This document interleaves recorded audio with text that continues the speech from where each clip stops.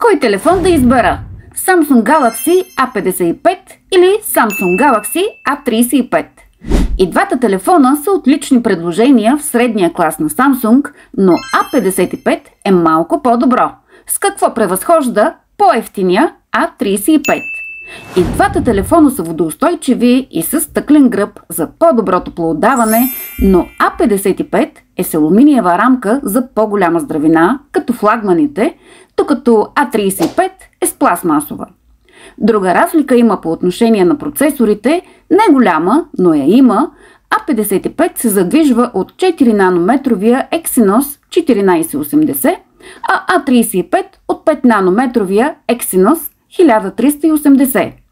Разлика има и по отношение на ултраширокоъгълните камери.